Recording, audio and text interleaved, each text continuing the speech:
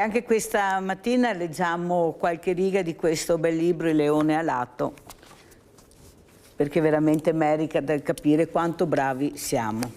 Allora, ne sto parlando con l'Aeroclub per andarci con uno dei loro aerei, ma sai, è un costo che non posso permettermi, seppure adesso avendo uno stipendio niente male. E poi qua nessuno ha voglia di mettersi a pianificare una tratta simile. Vita tranquilla, un voletto qua sopra ogni tanto, un saluto sopra la casa della fidanzata o della sorella, fine. Marca lo ascoltava con la solita espressione attenta e divertita. Sto dicendo sul serio, fatto da voi con un vostro aeroplano sarebbe tutta un'altra cosa. Ho letto che 100 anni fa Junkers volava in tutta Europa, a Venezia, anzi all'aeroporto del Lido di Venezia. Esisteva una compagnia che si chiamava Transadriatica, che da lì trasportava i passeggeri in tutta Europa. Pensate cosa facevamo una volta, adesso siamo fermi, siamo completamente fermi, eppure quei geni che vanno all'estero. Questo leone alato, questo bel libro di Becic, che è venuto anche in trasmissione, Pierpaolo Becic di San Servolo, è una dimostrazione della creatività dei nostri bambini diventati adulti che poi creano delle meraviglie. Questo ha creato il più bell'aereo ed è un aeroporto, su un aeroporto più bello d'Europa. Allora presento subito gli ospiti, abbiamo in presenza Dio ti salvi Perin, presidente associazione imprenditori Piave 2000, perciò parleremo di fragilità del Piave, del nostro territorio. Buongiorno. Ringrazio anche la sindaca di Vittorio Veneto Mirella Bagliana, grazie sindaca anche a lei di essere qui, grazie anche per il supporto che mi ha dato, lo so che mi aveva chiamato, la ringrazio veramente, ma ho solo fatto da tramite, poi è successo il finimondo, però almeno sono riuscita a scoperchiare il vaso di Pandora e si sono accorti che molte cose non vanno e bisogna metterci mano, non è possibile. Ecco, avete sentito ieri cosa è successo, le paghe di queste persone, come vivono, ma non solo da noi, in tutta Italia. Allora, detto questo, io partirei proprio con lei, sindaca, perché so che poi deve lasciarci, ecco, sì. Poi andremo in pubblicità. Cosa sta succedendo? Come vede il nostro territorio? Non ci sono più piogge, sono monsoni, la fragilità, poi parleremo anche di qualcos'altro. Ecco, come vede la situazione, sindaca? Prego. Allora, se parliamo da un punto di vista così climatico, diciamo che siamo in balia di un'evoluzione molto, molto veloce e molto frenetica e possiamo dire insomma che siamo di fronte a cambiamenti climatici epocali e quindi con dei risvolti molto, molto pesanti, soprattutto per i nostri territori. Io parlo per il comune del territorio pedemontano di Vittorio Veneto. Da un punto di vista, quando ci sono queste situazioni, molte volte si verificano quelli che sono degli smottamenti dei territori, quelli che sono degli allagamenti e quindi siamo costretti ad intervenire sempre più spesso sistemando appunto queste situazioni. È anche vero che da parte della comunità c'è anche un allontanamento, quella che era una volta la manutenzione ordinaria fatta dai nostri contadini, la sistemazione delle colline, la sistemazione delle strade, la sistemazione dei percorsi, una volta si faceva perché appunto c'erano queste proprietà, questi contadini che lavoravano la terra e quindi mantenevano anche il territorio. Oggigiorno purtroppo non ci sono neanche più queste realtà o sono poche e quindi molto territorio è abbandonato a se stesso. Ecco che le amministrazioni pubbliche, la provincia, la regione deve intervenire con delle somme molto importanti e non sempre si riesce a intervenire. Quindi voglio dire, c'è veramente i cambiamenti climatici da una parte, uniti alla poca manutenzione del territorio dovuto appunto all'abbandono del territorio, fa sì che dobbiamo sempre intervenire in modo massiccio.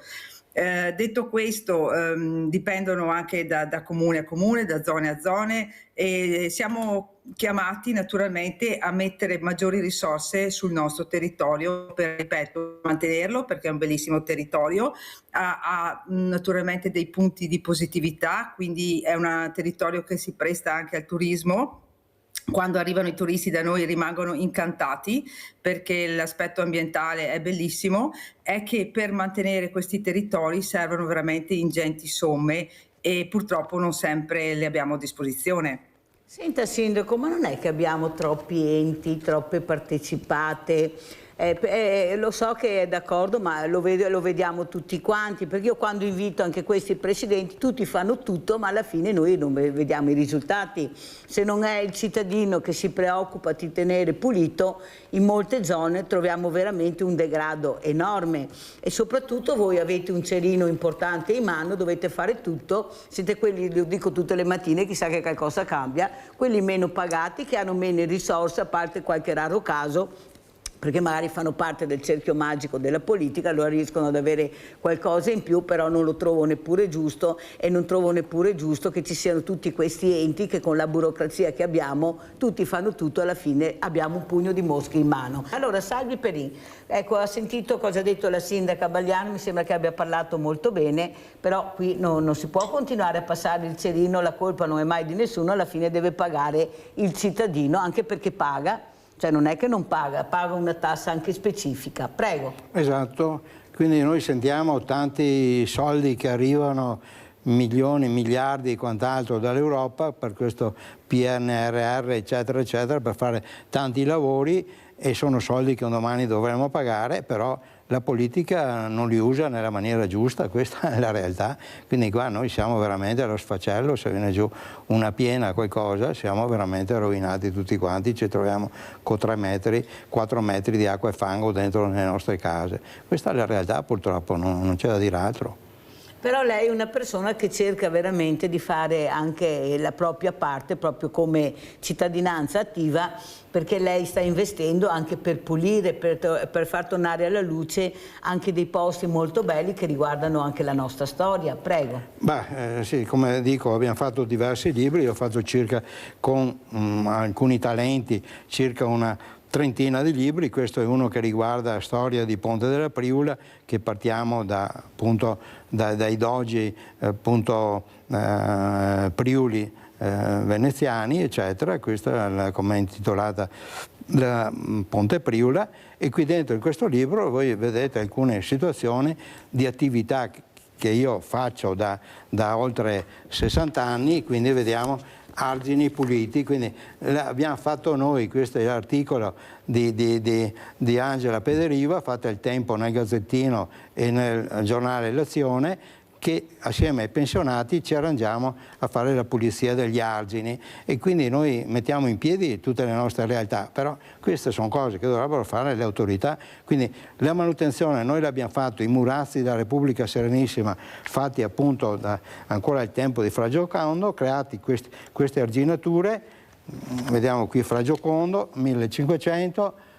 Ecco, questi murazzi qui noi li abbiamo puliti appunto nel 99, siamo a fine del secolo, del millennio scorso, però dopo abbiamo visto l'altro anno, siamo recati sull'argine del Piave assieme all'ingegner Artico, quindi capo del Genio Civile di Treviso, e abbiamo dato un'occhiata e c'è rovi praticamente per 150 metri, gli argini pieni di rovi. Se non continua la manutenzione. Allora, sindaca, cosa dice a Salvi Perin, che anche lui sta cercando veramente, anche economicamente, di tenere in ordine il territorio, di investire sul territorio? Non è che siano tanti gli imprenditori, i cittadini, grandi palazzi, io dico sempre grandi yacht, ma investimenti sulla persona e sul territorio ne vedo pochi. Ce n'è qualcuno, per carità, non voglio mica dire, qui ne abbiamo uno ad esempio, Imprenditori 2000, però si fa fatica a trovarli. Come mai, sindaco? Eppure è un bene comune, è un investimento che fanno per la comunità, anche per loro, per tutto il territorio. Prego.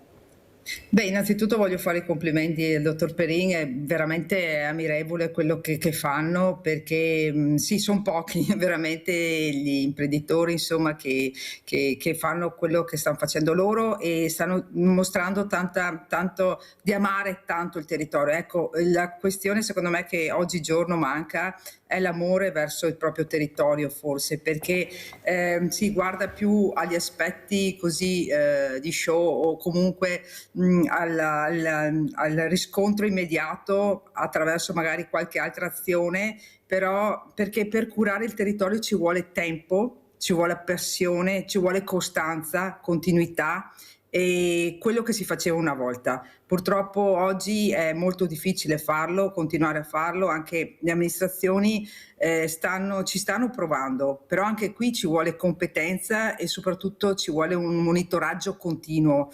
E purtroppo se fai questo magari rischi di tralasciare altri aspetti che oggigiorno vengono richiesti, quelli un po' più, mi viene da dire, frivoli, no? Perché si pensa magari a dover fare delle feste, a dover fare animare la città, e purtroppo si mettono dei soldi in quel senso là e si tralasciano gli aspetti essenziali, ripeto, della cura del territorio, che è fondamentale, perché se non preserviamo quelli che sono i nostri torrenti, le nostre fiumi, gli argini, le nostre colline, i sentieri, cioè se non preserviamo questi elementi naturali, ambientali, il nostro territorio crolla su di noi, quindi avremo sempre catastrofi, dovremo sempre intervenire in emergenza, ci saranno sempre più questioni che appunto di emergenza, e sarà anche sempre più costoso intervenire. Quindi io insomma rinnovo i ringraziamenti al dottor Perin per quello che stanno facendo, e bisognerebbe anche, ci sono anche dei giovani che ogni tanto si dedicano anche con delle giornate a raccogliere, magari anche a curare il territorio. Noi qui ad esempio nella zona di Vittorio Veneto abbiamo dei gruppi, delle associazioni che curano i propri sentieri, quindi abbiamo dato in convenzione questi sentieri e vengono monitorati, vengono curati, e questo dobbiamo riconoscere che c'è anche questa volontà. Ripeto, Vittorio Veneto è una città che ha un sistema sentieristico molto grande e stiamo cercando appunto di mantenerlo. Devo veramente ringraziare le associazioni, sono parecchie, che stanno facendo questo tipo di lavoro. Grazie, ecco, di averli ricordati, perché bisogna anche ogni tanto ricordarsi di questo volontariato che sta tenendo il piede il paese, soprattutto per quanto riguarda le fragilità a 360 gradi. Mirko da Padova, ciao Mirko. Buongiorno signora Mirella. Ciao Mirko caro. Tanti complimenti alla sua trasmissione, che anche l'altro giorno ho sentito a Focus che è stata portata in palmo di mano la sua trasmissione. Grazie. E il lavoro che fa lei. Grazie. Perché seguo anche Focus in continuazione. Grazie Ascolti Mirko. signora Mirella, io volevo solo dire una cosa. Io ho avuto purtroppo la sfortuna di venire a abitare a Padova, ma ho abitato per 33 anni in campagna, in provincia di Padova. E ho avuto modo di vedere come era tenuta la campagna. Allora, quando i piccoli imprenditori, i contadini, avevano le 5-10 mucche in stalla, signora Mirella, andavano a tagliarsi l'erba dei fossi, guai se gliela toccavi, e la raccoglievano, stia attenta, la raccoglievano. I fossi erano tenuti una cosa, non parliamo degli argini che andavano in comune, questo è il pezzo mio, questo. Poi arriva la comunità europea, questa meravigliosa comunità europea, questa eccezionale che ci sta indebitando tutti gli stati, noi non ne parliamo che siamo indebitati, una cosa folle. Cosa ha fatto? Ha fatto eliminare tutte queste piccole stalle e i fossi si sono riempiti di erba. E cosa fanno i comuni intelligenti? Mandano i macchinari a tagliarla, ma questi non la raccolgono mica, rimane lì e va dentro i fossi, e il fosso se prima teneva 10 litri ne tiene 5.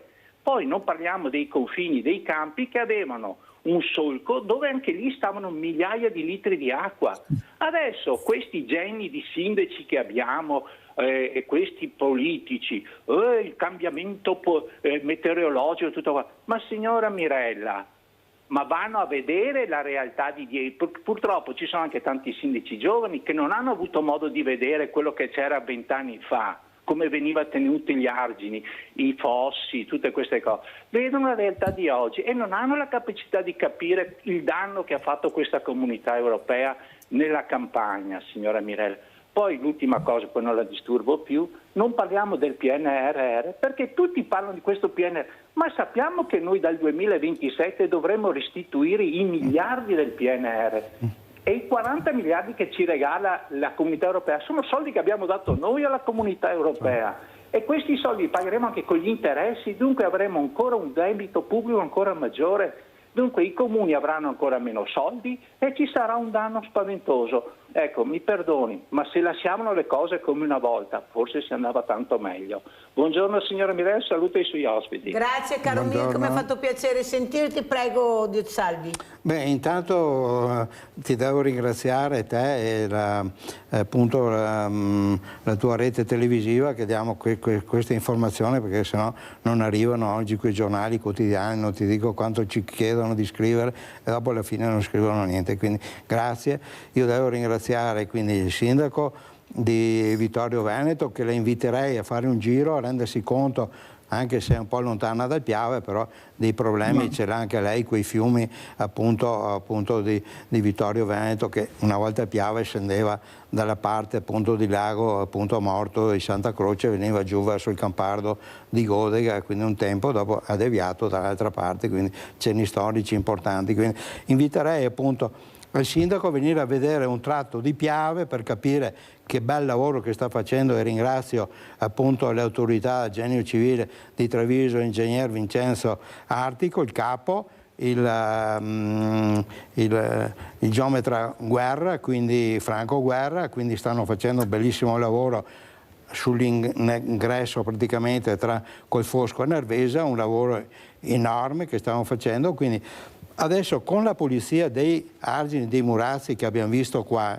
nella parte, quindi sono passati 25 anni da quando, oltre 25 anni da quando li abbiamo puliti noi, adesso sopra c'era praticamente una montagna di rovi per una larghezza di 150 metri e una lunghezza di 2 chilometri. Adesso li hanno puliti, però adesso si sono trovati la sorpresa che questi murazzi fatti di croda, una pudinga di materiale non proprio duro, fatti dal tempo della Repubblica Serenissima, sono stati con il scarpello realizzati dei blocchi, e a Scalini troviamo qui appunto in zona Mina Colfosco il primo tratto di argine. Adesso mi dicono che, avendo scoperto tutti questi rovi e le piante, le radici dentro, li hanno rovinati. Adesso dobbiamo rifare anche tutta la manutenzione.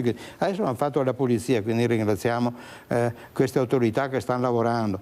Ringrazio anche il CRIF che è... Aspetta, mandiamo anche, dico alla regia per cortesia, le immagini dei lavori argine, perché è molto importante far vedere anche. Prego Perin. Quindi invito tutta la cittadinanza di venire a fare un giro a Susegana nel tratto di una bella passeggiata, appunto, questo siamo dentro nel letto del Piave, quindi qua un lavoro enorme che stiamo sghiaiando tutta la parte. Per qualche mese verranno fuori centinaia, migliaia di camion carichi di ghiaia per liberare questo lago, perché ogni piena porta giù del materiale, quindi dobbiamo pulirlo. Questo è un laghetto bellissimo che servirà alla gente di Nervesa a venire lì sul parapetto a ammirare gli aironi, eccetera, eccetera. Vedete questa pianta sopra la diga, robe pazzesche. Se oggi viene giù una piena, vengono giù, sono decine di migliaia di piante che vengono grosse, ce ne sono qui nel diametro delle piante fino a 1,20 metro, 1,20 metri, 1,30 metri,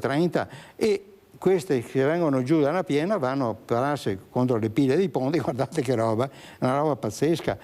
Voglio dire, quindi adesso si pulisce il lago e quindi ritorneranno i pesci, gli animali. Qui siamo alle opere di presa del canale della Vittoria, che porta l'acqua fino a Treviso e da tante parti appunto della parte trevigiana, e quindi qua bisogna fare manutenzione continua, non basta questo pezzettino qui. Ecco, qui siamo con l'ingegner al centro, capo Vincenzo Artico, un grande personaggio che si parla di manutenzione. A sinistra c'è Franco Guerra, geometra, che adesso coordina un lavoro di arginatura bellissimo che stanno facendo, appunto un'arginatura molto alta per coprire un muro di cemento in sinistra Piave, quindi venite a fare questa passeggiata da Colfosco fino a zona Mina e vi rendete conto dei lavori che stanno facendo. Certo che questo è un lavoro, non so, 1 milione di lavori così bisognerebbe fare partire appunto da Belluno al mare, perché è inghiaiato, ci sono milioni e milioni di metri cubi di materiale da tirare fuori di sabbia, però in qualche maniera si cerca di non toccare, perché non si sa cosa, è meglio scavare dalla Marca trevigiana, tirare fuori le ghiaie più pulite. Qui bisogna tagliare tutta quella salva di piante che vedete dentro, sono lì, non possono tagliare perché c'è la legge che quando c'è la nidificazione non si possono tagliare, ma sono fuori legge, quindi bisogna fare tutta la domanda, l'iter, di poter tagliare solo nel periodo invernale. Ma qui ci vuole l'esercito che venga, cioè, signori miei, bisogna portare fuori il materiale, sono milioni di metri cubi, intanto puliamo il fiume che mi può scaricare circa 2.500 metri cubi al secondo al mare. Se arrivano come sappiamo 5.000 metri cubi al secondo come il 66, che siamo qui, vedete, lì siamo allo stesso posto che stanno scavando, e questa è l'opera di presa della cosa. Lì sono arrivati la bellezza di 6-7 metri di acqua che avanza a 4 metri al secondo, chi la ferma? Dovete sapere che l'acqua non è comprimibile, quindi non è come l'aria compressa che tu la puoi chiudere, non è comprimibile, quando arriva là da qualche parte deve andare fuori, quindi se non sta dentro va fuori dagli argini, e noi lì a quel fosco siamo i primi perché abbiamo la zona golenale con circa un centinaio di case che vanno tutto sotto acqua, e dopo arrivando fino al mare ne troviamo a migliaia di case. Questa è la realtà che purtroppo dobbiamo dar fiducia all'Università di Padova che fa i calcoli, tutto quello che serve, all'ingegnere Luigi Dal Paus, quindi un grande esperto. Noi non possiamo, i comuni, ognuno essere proprietario del fiume e dire no, io voglio la Rosallina del Piave come fa il sindaco di Crocetta. Ma signori miei, dove siamo? Quindi è un'autorità responsabile, quindi andiamo a vedere i progetti di serbatoio di laminazione. Noi l'abbiamo fatto a H Farm, la presentazione con l'ingegner Signor per vedere i lavori egregi, ma quando andranno fatti? Perché se la politica tira la giacca di qua e di là, come appunto abbiamo fatto finora tanti anni col presidente Zaia, di partire, aspettavo che fosse lui a far partire questi serbatoi di laminazione, e invece anche lui ha fatto i mandati. Sentiamo la sindaca cosa dice, sindaca Bagliana, come commenta quello che ha detto Diotisalvi Perin? No, innanzitutto volevo anch'io ringraziare l'ingegner Artico con cui siamo costantemente in contatto, avendo noi il Meschio qui che transita appunto per la città di Vittorio Veneto, e con l'ingegnere appunto del capo del Genio Civile abbiamo sempre rapporti continui, e anche noi siamo intervenuti con la sistemazione di un argine, quindi siamo molto attenti, e l'autorità appunto del Genio Civile è molto attenta ai nostri fiumi, e di questo dobbiamo essere riconoscenti. Detto questo, concordo insomma abbastanza con l'ingegner Perin per quanto riguarda la pulizia dei fiumi, il drenaggio, insomma l'asportazione della ghiaia è importante, ripeto, una manutenzione continua e costante, quello che dicevo prima. Dobbiamo mettere in atto un piano di intervento che poi rimanga tale e costante, e tra l'altro appunto questo è importante, ripeto, per salvaguardare, e soprattutto quello che diceva prima anche il telespettatore che è intervenuto sull'invariante idraulica, appunto i nostri campi che una volta erano curati, ogni tot metri c'era un canale di scolo, ok, che intercettava l'acqua che derivava appunto da monte. Oggi purtroppo la coltivazione è fatta con macchinari e non ci sono più nemmeno i rui che intercettano l'acqua, quindi molte volte anche qui da noi, soprattutto nella zona industriale, succede che vuoi per una cementificazione anche selvaggia, e praticamente arrivano montagne d'acqua che entrano nelle strade o nelle abitazioni o addirittura nelle zone artigianali e fanno danni immensi.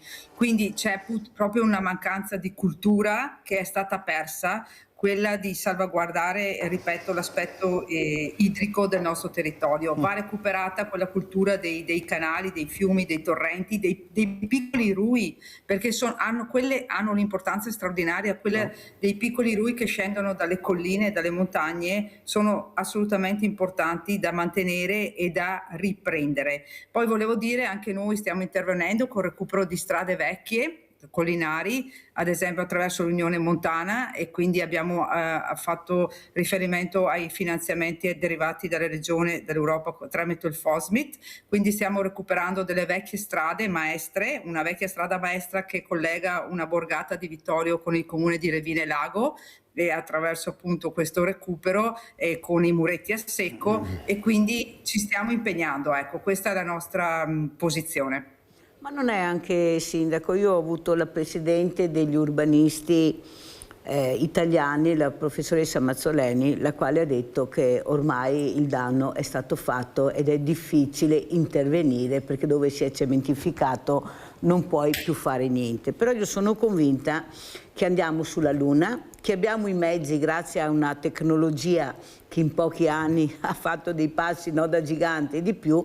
Il problema è che questi mezzi li lasciamo nei cantieri, non si tirano fuori perché costa troppo, la burocrazia, non si cooperano questi macchinari di ultima generazione perché mancano sempre i soldi. Poi restituiamo i soldi all'Europa perché non siamo stati capaci di presentare dei progetti validi e spendere questi soldi. Abbiamo le scuole a pezzi, mancano le case per i diversamente giovani, i co-housing, gli ospedali non si sa come andranno a finire, sono stati chiusi ma non si sa, queste case di comunità, quelle sono state aperte, ne abbiamo tantissime, togliendo poi adesso sembra i medici dagli ospedali e infermieri per spostarli da un'altra parte. Il problema è che questo cittadino è con le spalle al muro, cara sindaco, lui continua a pagare, risultati zero. Ci mancavano poi questi bulletti di quartiere, ecco, che con la paura a qualcuno, secondo me questo sistema va bene a qualcuno perché nessuno vuole intervenire, se non sono mica tantissimi, sapete. Guardate che vi fanno vedere degli esempi negativi, ma non sono tantissimi. Il problema è che non si fermano perché mettono davanti le leggi. Qualcuno dice ma se applicassero le leggi le cose non sarebbero così, però hanno fatto leggi che tutelano più il delinquente che la persona che veramente subisce i danni. Allora sindaco, lei ha detto i giovani, ma non le sembra che lei ha fatto proprio un discorso molto importante? Queste associazioni, ecco, possono essere molto utili anche per queste cose. Noi sentiamo sempre il sociale, però io non devo essere fortunato a vivere a Vittorio Veneto. Io dovrei fare e veramente capire l'importanza del mio territorio, la storia del mio territorio, tenere pulite. Io non vedo che chiamano tutte queste associazioni come ha fatto lei, proprio non lo vedo, e soprattutto molte associazioni adesso sono i centri estivi a pagamento, non so bene chi sono, cosa fanno, cosa insegnano. Mentre io direi che sarebbe il caso che, specialmente nel momento quando le scuole terminano, invece di annoiarsi e vederli perché agosto poi non ci sarà assolutamente niente, i campi estivi vanno in ferie, di impiegare questi giovani e questo mondo del volontariato, perché abbiamo dei grandi professionisti. Ma soprattutto, come diceva prima Diotisalvi Perin, abbiamo le caserme ancora piene di militari, solo una a Treviso ne ha 150. Allora, queste persone sono pagate per fare cosa? Io mi domando, allora le ronde no, pulire no, perché non aspetta nessuno, ma cosa fanno dentro in caserma? Mi diceva la Nadia che ha chiamato che li vede fare il giro della Restera, sono 50-60 persone che fanno questi allenamenti con tanto di zaini, tutti gli accessori. Ma sindaco, non le sembra che anche voi dovete battere, lo dico a tutti i sindaci, mica solo a lei, cioè dovete battere un pugno un po' più forte, far più rumore, perché voi intanto avete gli eserciti che sono i cittadini che vi votano e poi dovete essere ascoltati, ma il Sud porta a casa, perché hi ha parlamentari meglio dei nostri che portano a casa, questa è la verità. Come mai loro riescono ad avere tanto e noi brontoliamo sempre che qua non arriva niente? Ma ci sarà qualcuno che ci pensa su come mai noi non riusciamo ad avere quello che ci spetterebbe di diritto anche a noi e ci lamentiamo perché il Sud riesce ad avere. Sindaco, ma i vostri parlamentari vi ascoltano, sentono i problemi, si fanno vedere, sentire, perché io quando li chiamo intanto mi pare mai il Papa, glielo dico, a parte qualcuno, gli impegni, dopo magari se casi in giardino chi taglia l'erba, ma si impegnai a Roma. No, lo dico quello che è, poi tanto poi mi chiamano e mi dicono Mirella guarda che è a casa quella persona che hai chiamato.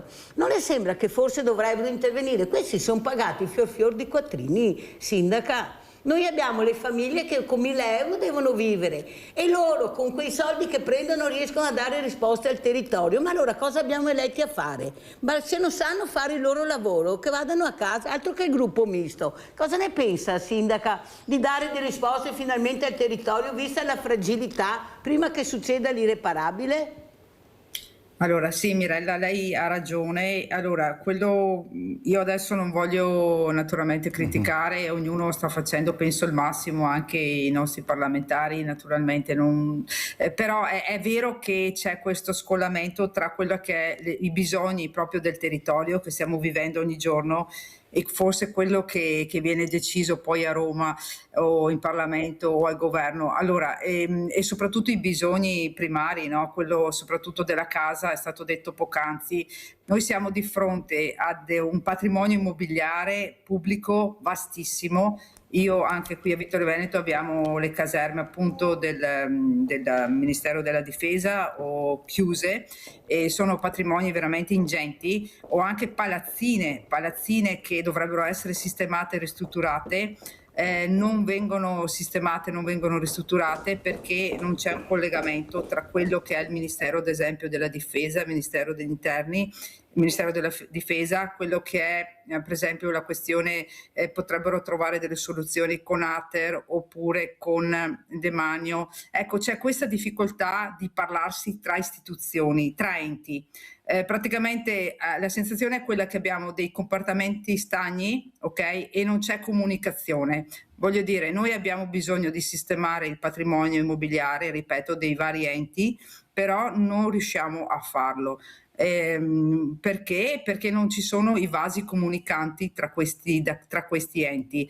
Questo è un grave deficit che noi abbiamo sui nostri territori e che a cascata va a danno delle persone che hanno bisogno di avere delle abitazioni. Non sto parlando solo delle persone più deboli, ma addirittura anche dei ragazzi giovani, delle coppie giovani che non riescono a trovare un'abitazione con un affitto calmierato.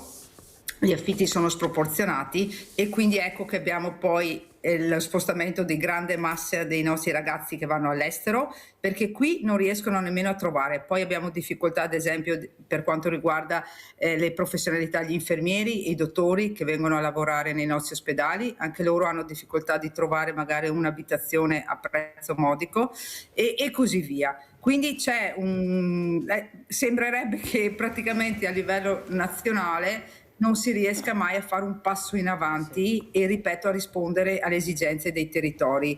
Io penso che appunto il sistema, così come, ripeto, fatto per ministeri fini a se stessi, che non parlano tra di loro, anche le politiche sociali, loro praticamente si cerca di portare avanti qualcosa anche a livello regionale, voglio dire, con l'assessore Paolo Roma cercando di portare avanti tante cose, soprattutto dall'aspetto abitativo, stanno cercando di mettere delle importanti somme, però purtroppo se dall'altra parte abbiamo il patrimonio immobiliare nazionale di quegli enti che è bloccato, si fa veramente fatica a dare delle risposte anche al territorio. E poi dai noi sindaci arrivano 4-5 coppie di giovani o 4-5 famiglie ogni settimana a chiederci l'abitazione, perché veramente quella dell'abitazione sarà una crisi grossissima e scoppierà da qui a breve, anzi è già emergenza, diciamocela tutta. Abbiamo Adriano, sindaca, se non mi cade la linea. Adriano da Vedelago, poi continuiamo. Vai Adriano. Saluti a te Mirella e ai tuoi ospiti. Ho sentito prima la sindaca di Vittorio Veneto, il signor Perin, per quanto riguarda le piane e le piene del Piave. Io avevo 15 anni il 4 novembre del 66, quando avvenne l'immane disastro del Piave. Morte, distruzioni, azzeramento delle culture agricole. Con la scuola ci hanno portato con la corriera 3 mesi dopo il caso per poter rendersi conto cosa era successo con la rottura dell'argine del Piave. Io ricordo quell'apocalisse, i vigneti, le antiche belussi e i campi erano imbiancati dal limo rimasto dall'acqua. Pensare che in quell'occasione a Nervesa della battaglia passavano 5.000 metri cubi di acqua al secondo, e dopo questi anni, dopo tanti anni, sappiamo che l'alveo del Piave si è alzato notevolmente e possiamo aspettarci straripamenti anche con minor quantità d'acqua. Di recente seguendo i mass media, i giornali, le televisioni, la radio e quant'altro, ho sentito parlare di tavole rotonde tra addetti ai lavori e forze politiche del territorio. Speriamo che trovino degli accordi per fare qualcosa di veramente serio, per prevenire quella grave alluvione del 66. Riconoscente per il vostro operato, grazie mille e buona salute a voi.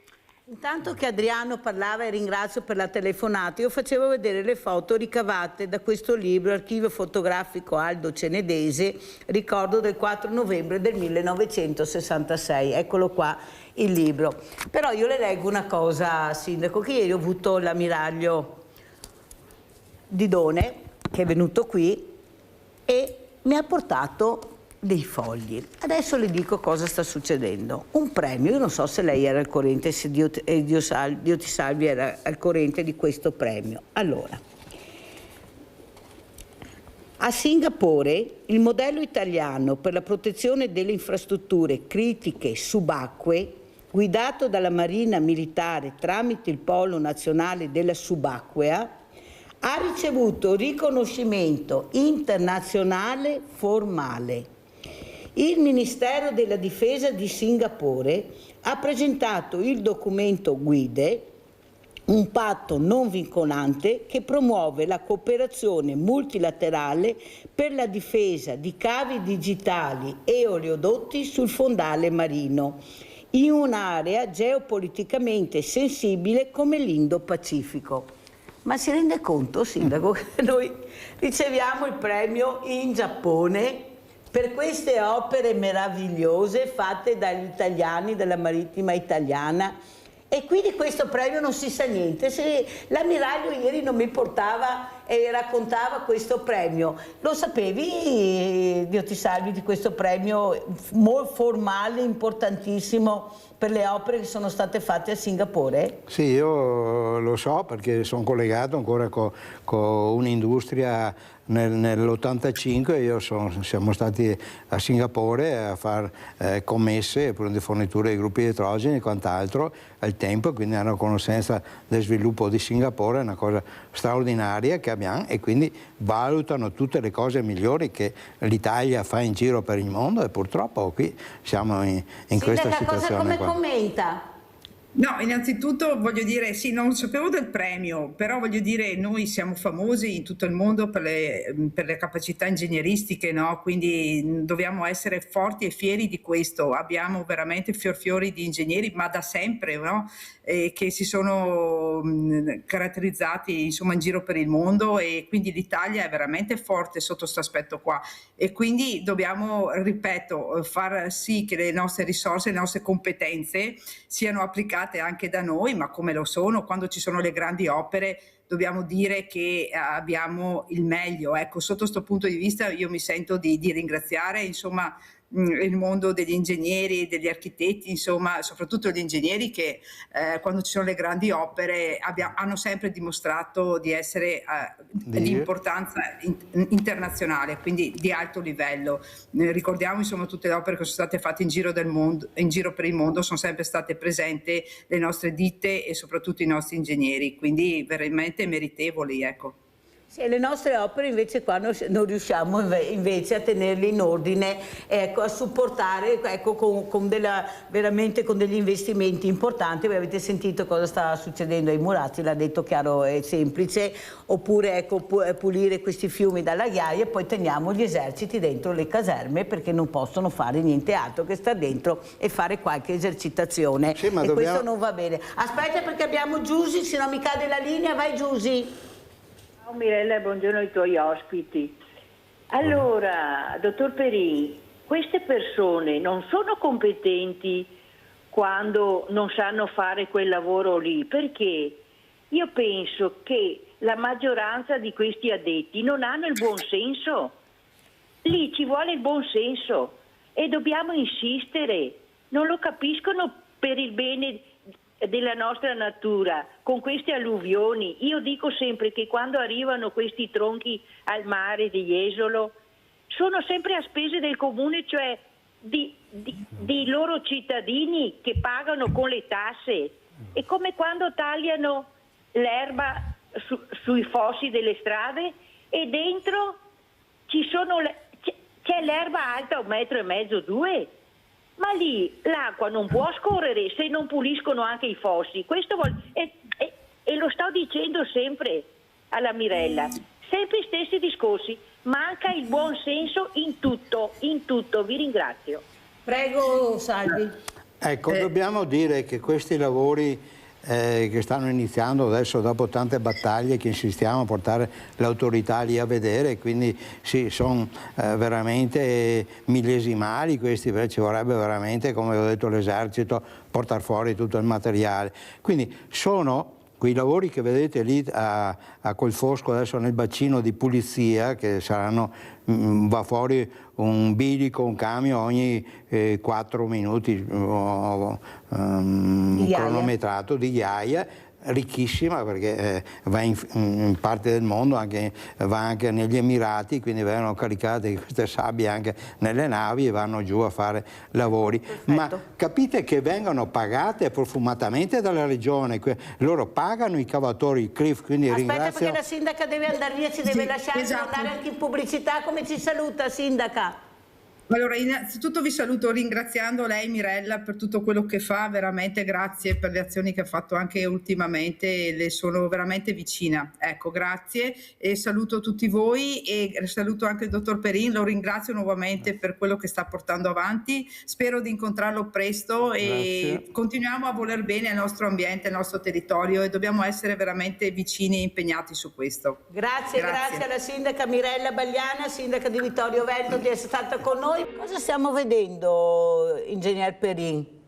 Allora, questo fa parte di uno dei circa 20 cartelli che abbiamo intitolato appunto sugli argini del Piave. Avevo promosso al tempo appunto nel 1990 eccetera di intitolare gli argini appunto Sentieri della Pace, quindi percorrere sulle arginature che sono già fatte di erba senza fare lavori grossi di asfaltatura eccetera, di fare questi percorsi da mare ai monti e monti ai mari, quindi da arrivare per esempio i turisti tedeschi o austriaci a venire giù nel Piave, sulle arginature del Piave, e quindi abbiamo promosso questa cosa. Al tempo c'era il presidente Galan e ci ha dato, come vedete qui, il patrocinio per questa operazione, e sono venuti lì a intitolare questi Sentieri della Pace, che abbiamo intitolato Sentieri della Pace, da Sant'Anna vicino all'osteria Ciao Bei a Ponte della Priula, che noi avevamo messo questi percorsi. Abbiamo iniziato qua, quindi questo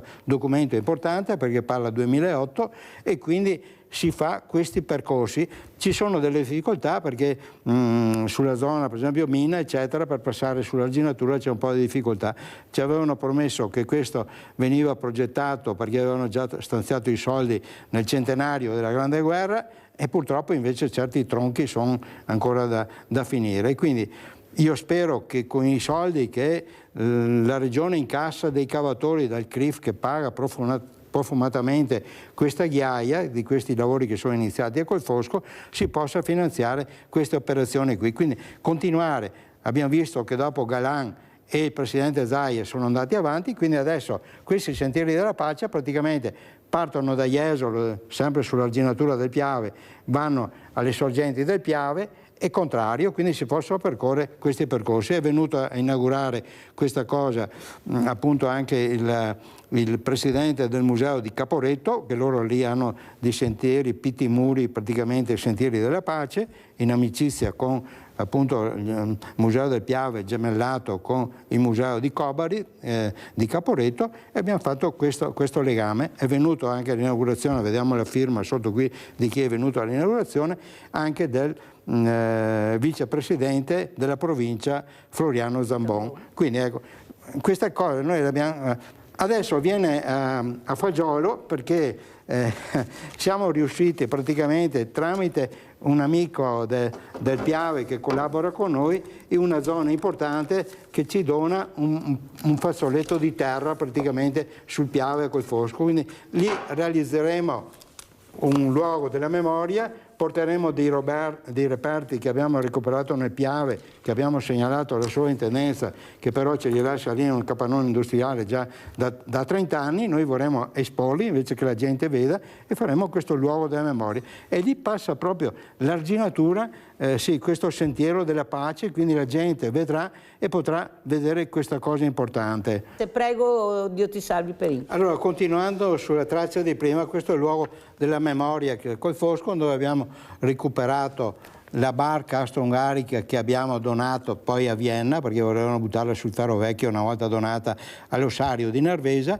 e rimetteremo qui un'altra barca che abbiamo recuperato con altri reperti storici che abbiamo appunto dalla sovrintendenza. Quindi ecco, questo è un terreno dentro su un fazzoletto che passa qui proprio dove passa appunto il sentiero della pace, che sarà messo. Questo è un terreno che è andato all'asta, purtroppo 2 cugini di grosse ditte di Colfosco che hanno fallito, e io grazie a Ivan prendiamo questo terreno e faremo un luogo della memoria, che possiamo venire lì anche in sinistra Piave, dove era l'imperatore che comandava, che lo vediamo qui alle nostre spalle. Quindi, che voleva la pace questo imperatore. Il beato, sì, Carlo d'Asburgo, ecco, lo vediamo anche in questo documento appunto del memorandum che abbiamo fatto. Purtroppo è morto in esilio a Madeira, in un stanzino, ecco,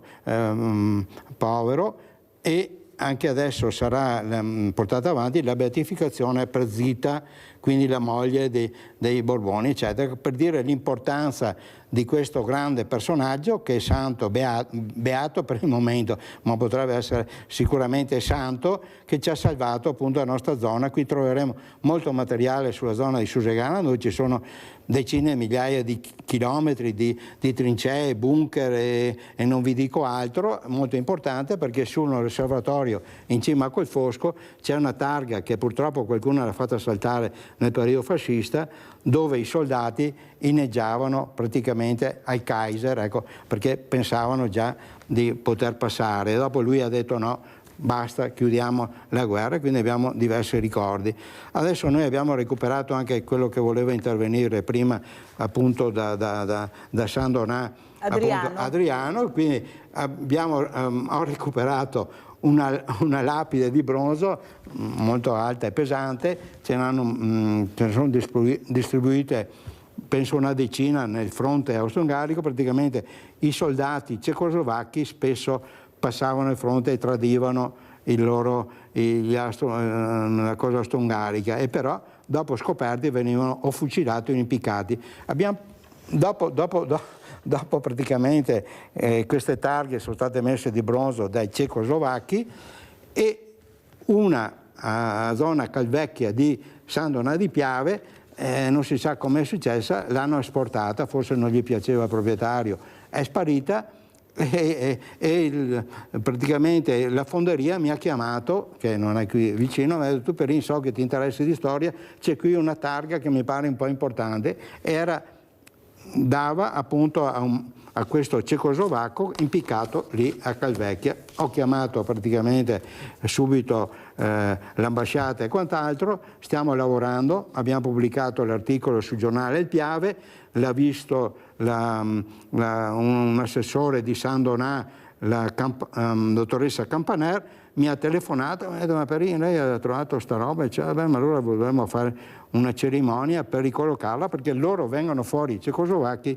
sia qui da noi a Casa Montone, a Collalto, ogni anno, e portano i fiori e tutto, però non vengono salutati dalle autorità, capite? Quindi a San Donà arrivano queste corriere di autorità importanti, eccetera, posano i fiori e quant'altro. Adesso con Adriano Caminotto, che è l'unico che va a ricevere queste autorità, perché arrivano generali, arrivano sindaci e quant'altro per fare questa cosa, le autorità invece qua locali nessuno li snobba, no? Allora adesso abbiamo questa targa, la dottoressa Campagnà dovrebbe venire a vedere questa targa, e io è già da qualche mese che l'aspetto, perché ho visto il suo articolo, ho detto vengo a vedere, facciamo una cerimonia, sento l'ambasciata. Bene, io sono disponibile, quindi io l'ho comprata dalla fonderia, è un po' piegata perché il rotamaio l'ha preso con le pinze, da drizzare forse un po' e ricollocarla davanti al ristorante Il Paiolo di Calvecchia a San Donà, quindi di fare una cerimonia.